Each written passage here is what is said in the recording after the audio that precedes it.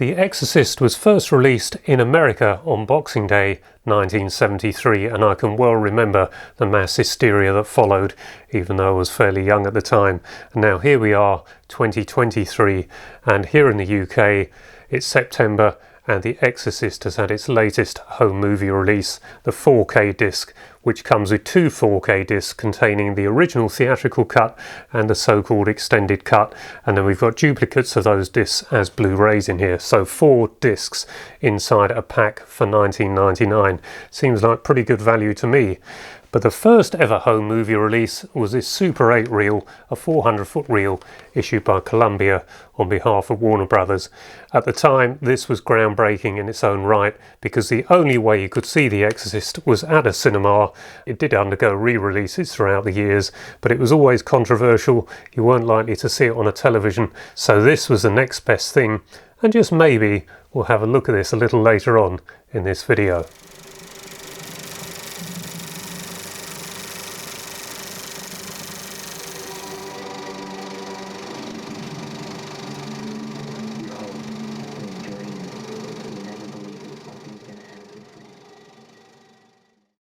When I first ran through this, I thought all the extras had been seen before on the DVD actually, so on the Blu-ray as well. But this was the first DVD release. This was $19.99, I think. I purchased this in America. It's a Region 1, and it's that original Warner Brothers packaging. And it's got a bit of a gatefold there, which is rather nice. But you'll probably notice the DVD is double-sided. It's got the film on one side and the extras on the other, and that was quite interesting because that meant there were quite a lot of extras, or room for a lot of extras on there, and those were, I thought, the same as on the new Blu-rays in this 4K pack. So hardly any of the extras are on the 4Ks, just the introduction by William Friedkin and the commentaries, but the extras are on the Blu-rays. And on the second Blu-ray, here are the 4Ks, that's the theatrical cut, the extended edition, the theatrical on Blu-ray, which has got all the same extras as on the DVD, I think.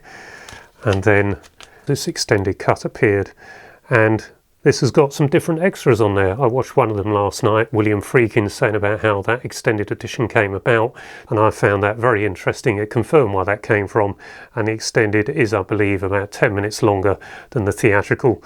I watched a bit of it. I saw some of the subliminal images that Friedkin had put back in, and one of the, well, it was a spider walk coming down the stairs, which I'd seen as an outtake previously and never worked for me. Still doesn't work in there on this, but probably quite frightening for a lot of people. But I found it spoiled the film for me, or it was spoiling the film, so I don't think I'll ever be watching that. And in fact, what I will say about this 4K disc is that, okay, it's not going to be the best 4K or best video quality you've ever seen. It's the nature of the film, how it was shot. It is in places a very dark film, and that does mean increased film grain, which means the definition is not as good as it would be if we were outside in the sunlight. You will see some sunlight sequences, and they are very good, but you've got that variable grain for that reason. And also, particularly at the start, there are subtitles, because it's taking part, I think, in Mesopotamia, so people are talking in a foreign language, and you've got subtitles and other things, and some of those sequences you will be thinking, this is a bit blurry, this isn't very good.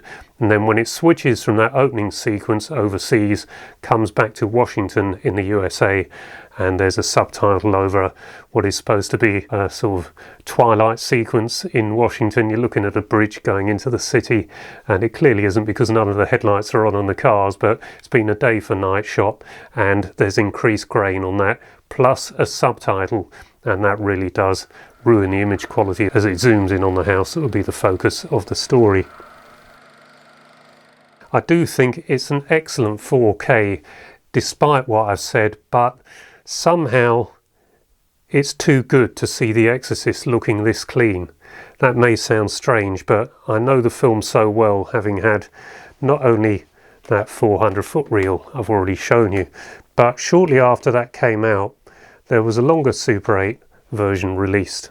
Now, you've got to realise that back in the 1970s and 1980s, film was very expensive, so to put a feature out was not really permitted due to licensing regulations anyway, that if you put a feature out on Super 8 that would maybe negate from the 16mm higher market, it would adversely affect that, and also possibly cinema box office takings. So you had to wait between 3 and 5 years to see a film on the television, and it wasn't likely The Exorcist was going to be broadcast anytime soon.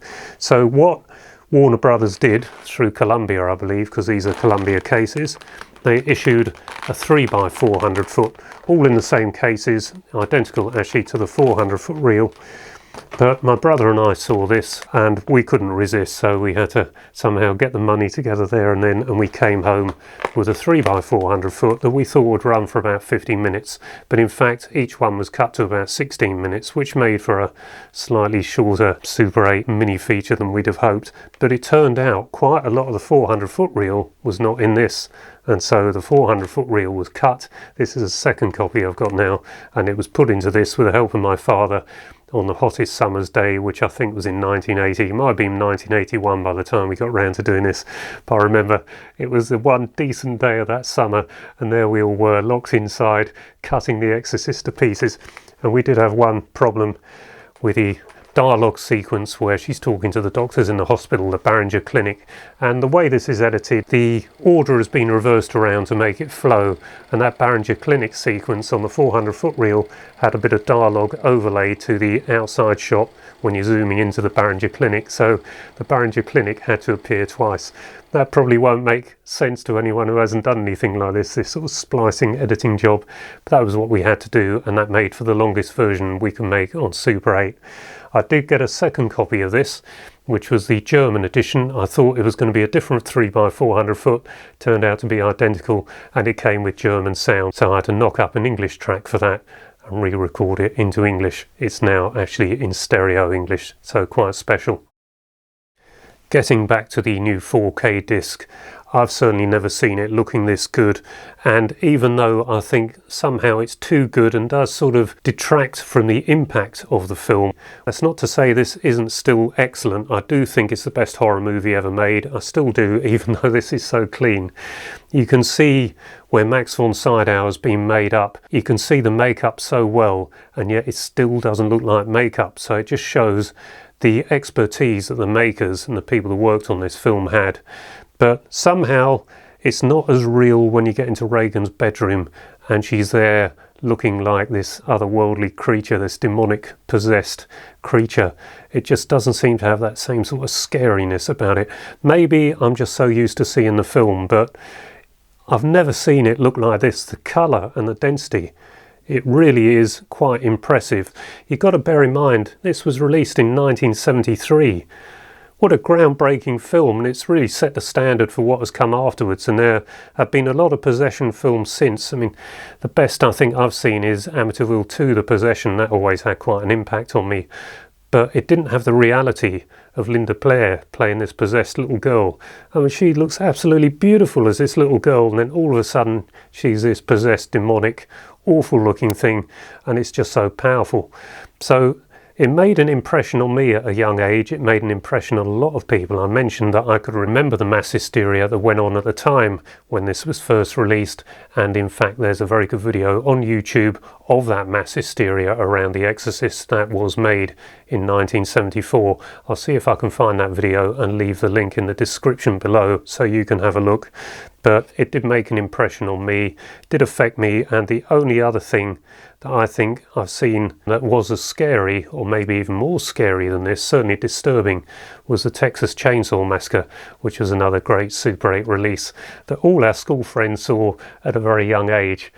We had quite a childhood back then. Anyway, I digress. I do think it's the scariest film ever made, still do to this day, and I know other people will disagree with that now because it's old hat, isn't it? You can see the wires as she's lifted up doing the elevation scene.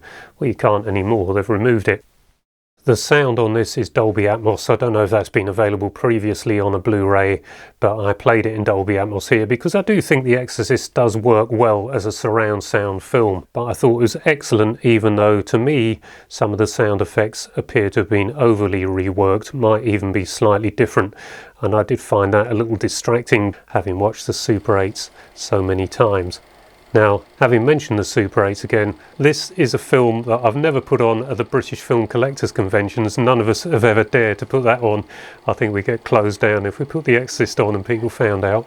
And we've got a new event coming up which is going to be called Film is Fabulous, which is going to be announced pretty soon. But anyone who's interested, I'll leave a link to the BFCC website below so you can look at the next event and you'll be able to find out more about that, particularly if you're a film collector and you wish to come along. Much has been written and published about The Exorcist over the years. This is Cinema Retro, where it made the front cover a few years ago.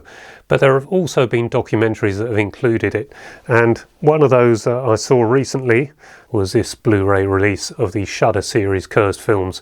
I think it's episode 3, is The Exorcist. And it's not the best episode on here, but there's some good information in there. And one of the medics you see was actually accused and convicted of murder a few years after The Exorcist. So that was Cursed Films. Now there's another set of Blu-rays that I thought I'd bring to your attention, given that we're looking at the creepy film The Exorcist. And that's the Shudder series of CREEPSHOW, which has just been, well, hasn't just been released. It's coming out on Monday, 25th of September. I'm recording this on Tuesday, the 19th of September. And I've looked at 4 or 5 of the episodes so far, haven't had time to watch them all. And I think these are better than the movies. So if you love the movies, I think you're going to enjoy this. The creep in this is brilliant. He's sometimes a man in a suit, other times a robot or an animatronic, and his cackling laugh and the surround sound in here with it on the big screen, it is so atmospheric. And there's 6 or 7 episodes, might be 8 on one of them, in each series, and they're generally anthologies just like the film. So there's generally 2 stories in one, linked by the creep. And the 2 the best stories I've seen so far, one is in episode 1 where you've got a haunted doll's house, this little girl and her dolls, and there's some creature has made its way in there that likes beheading things. Yeah, anyway, won't say any more about that. And there's another one where a group of young friends, teenagers and a younger sort of 10-year-old, 11-year-old, they get together to go trick-or-treating in their local town on Halloween. It's got a great atmosphere, that one. And if you like the film Halloween, then I think that episode in particular, but the whole lot, would be great to watch around Halloween. So maybe if you can get 1 or more of these series for October, might save you having to watch a horror movie every night through October, which I know some of you do. You could just enjoy the new CREEPSHOW series now that season 4 is about to start streaming on Shudder. But the picture quality on here and the sound, brilliant. I mean, just brilliant. And that's Blu-ray at its best, I think. And as I said, very atmospheric in here, and I'm loving watching every one. Right, I think that brings us to the end, so I hope you enjoyed this video. If you did, please give it a like and perhaps consider subscribing so I'll be encouraged to carry on creating content like this. Until the next video, bye bye for now.